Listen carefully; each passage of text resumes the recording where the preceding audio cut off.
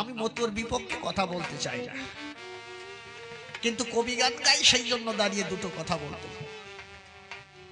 একটা ঘটনা বলবো। আমি আগে ছিলাম বৈষ্ণব, শুদ্ধাচারী বৈষ্ণব ছিলাম। আপনার নাম শুনে থাকবেন, বাংলাদেশ গোপালগঞ্জ ডিস্ট্রিক্টের ভিতরে তুলসী সাধু নামে একটা সাধু ছিল, আপনারা চিনতে পারেন। ওই তুলসী সাধু আমার মাথার পরে রেখে হাত দিয়ে বললেন, যা তুই হরি সঙ্গীত মহাসংকীর্তন গান যদি পড়িস তোর মনে থাকবে। সেই সাধুর এক আশীর্বাদে আমার হরি সঙ্গীত মহাসংকীর্তন দুয়েখানা বই ঠাকুরের আশীর্বাদে আমার মনে আছে। আমি সেই দিন থেকে পাগল হয়ে গেলাম, আর ঘুমাতে পারি না। আমি তখন বাংলায় ইন্টারমিডিয়েট পড়ি। দুটো বইয়ের উপরে এত বড় চাহিদা হলো, ক্লাসের বই রেখে আমার ওই বই পড়তে ইচ্ছে করত। আমি দেখলাম পরীক্ষায় তো পাশ করতে পারবো না। সঙ্গে সঙ্গে আমি নতুন একটা ট্রান কিনে আটকিয়ে রাখলাম, তালা মেরে রাখলাম যে আর ওই বই দেখবো না, পড়বই না। হরিসঙ্গীত মহাসংকীর্তন আমি পড়বো না। একদিন শুধু তালা মেরে রেখেছিলাম, পরের দিন পুরো পাগল হয়ে গেছে। আমার মা করে বর্ণনা, তোর এরকম ভাব কেন? আমি ডাকিতে করলাম বর্ণনা, মা আমার দুটো বইতে পাগল করে দিয়েছে, সেই বই দুটো না দেখলে আমি সহ্য করতে পারছি না। আমার মা আমার ভাব দেখে নিজে তালা ভেঙে ওই বই দুটো আমার করে তুলে দিয়েছে। আমি কিন্তু মতুর বিপক্ষে কথা বলতে চাই না। অশ্বিনী গোসাই যিনি, একদিন উনি প্রায় উরাকান্দি যেতেন। উরাকান্দি রওনা হয়েছে অশ্বিনী গোসাই, কিন্তু শশীভূষণ চাকরি করে গোপালগঞ্জে। গোপালগঞ্জে যখন চাকরি করে অশ্বিনী গোসাই মনে মনে চিন্তা করছে যে আমি তো আজকে যেতে পারবো না, অন্তত দাদার ওখানে থাকবো, আর সন্ধ্যায় সকালবেলা ভোরে চলে যাবো। আর অশ্বিনী গোসাই গোপালগঞ্জেই গিয়েছে, দেখতে পাই শশীভূষণ বড় বড় অফিসার দাদার সঙ্গে কথা বলছে। অশ্বিনী গোসাই ছিন্ন বস্ত্র দেখে শশীভূষণ একবার শুধু তাকিয়েছে অশ্বিনী গোসাইর দিকে, দেখেছে অশ্বিনী গোসাই বাড়িতে এসেছে।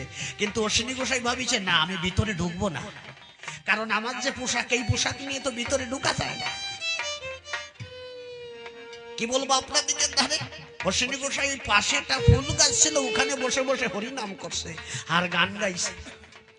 ভালোবেসে গুণমণি এই দশা করেছেন তিনি। সে যাহারে ভালোবাসে তার জাত কুলমান আগে নাচে, সর্বস্ব ধন নিয়ে এসেছে করে মরিহারা ফলি, এই দশা করেছেন।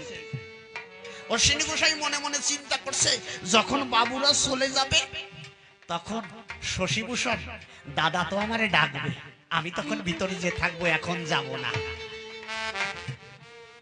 কিন্তু বাবুরা আলোচনা করে যখন বেরিয়ে গেল, শশীভূষণ কি করলো, ওই দরজাটা আটকে দিল।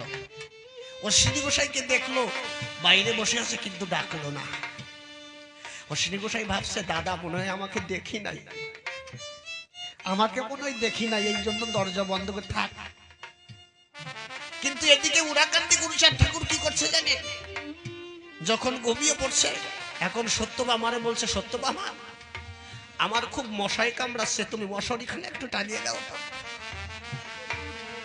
মশারিখানা যখন টানিয়ে দিল, আবার গুরুচাঁদ ঠাকুর বলছে, ও সত্যবামা তুমি আমার গায়ে কিছু লেপ কাঁথা দাও, আমার প্রচন্ড শীত করছে।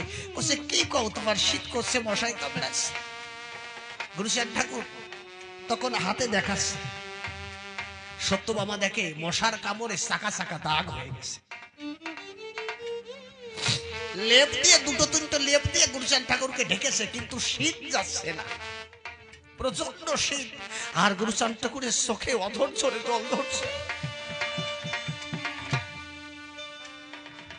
খুব ভোরে ভোরে অশ্বিনী গোসাই ওখান থেকে বেরিয়েছে, বেরিয়ে উরাকান্দি যেই ঢুকেছে, গুরুচাঁদ ঠাকুর ব্রহ্ম মুহূর্ত উঠে একটা লাঠি নিয়ে ঘুরতেছে।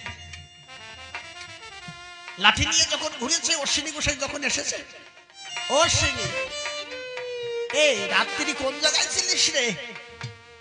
কসে বাবা দাদার দ্বারে ছিলাম। বলছে তোর দাদা কি তোরে যত্ন করেছিল? অশ্বিনী গোসাই মিথ্যে কথা বলে না তো, শুধু এইটুকু বলেছিল বাবা আমি দাদার আশ্রয়ে ছিলাম। আচ্ছা দাদা তোরে ঘরে ঢুকতে দেয় নাই? অশ্বিনী গোসাই কোনো কথা বলে না। গুরুজন ঠাকুর বলছে তুই কি চাস আমার কষ্ট হোক? বলছে না বাবা আমি চাই না তোমার কষ্ট হোক। এ তুই আমার যদি কষ্ট দিতে না চাস তাহলে সারা রাত আমি শীতে কেন মরেছি? সারা রাত কেন আমাকে মশাই কামড়াচ্ছে? মানে কি ভক্তের আঘাত কখনো গুরুচাঁদ ঠাকুর সইতে পারত না। ওই অশ্বিনী ঘোষার ওই মশার কামড় আর শীতের যন্ত্রণা ভগবান তার নিজের ঘরে নিয়েছে। জয় জয় শান্তি হরি গুরু চাঁদ আনন্দে হরিব।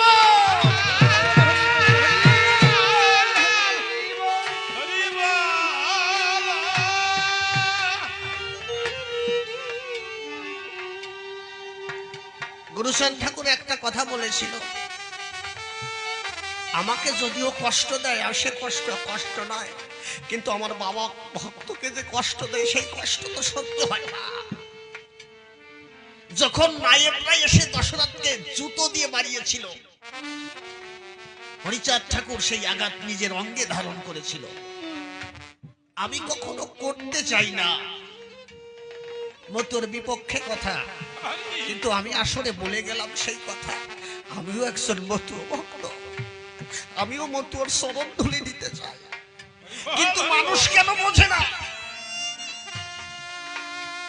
মানুষ কেন বোঝে না? কবি গানের পক্ষ বিপক্ষতাকে আমার 4 জন ফোন দিয়েছে যে আমরা সরকার দেখেছি বিপক্ষে এমন আর্গুমেন্ট, এমন কথা আমরা কখনো শুনিনি। কেন বলছেন মতুর বিপক্ষে এমন কথা? আমি ডাক দিয়ে করলাম বর্ণনা, বাবা তোমরা জানো না ভালো কিছু পেতে হলে যদি আঘাত করা না হয়, যেমন মৌচাক থেকে মধু পেতে হলে প্রথমে খোঁচা দিতে হবে, তারপরে তুমি মধু পাবে, না হলে পাবে না। আমি শুধু একটু খোঁচা দিয়েছি আর সেখান থেকে মধু ঝরে ঝরে পড়বে।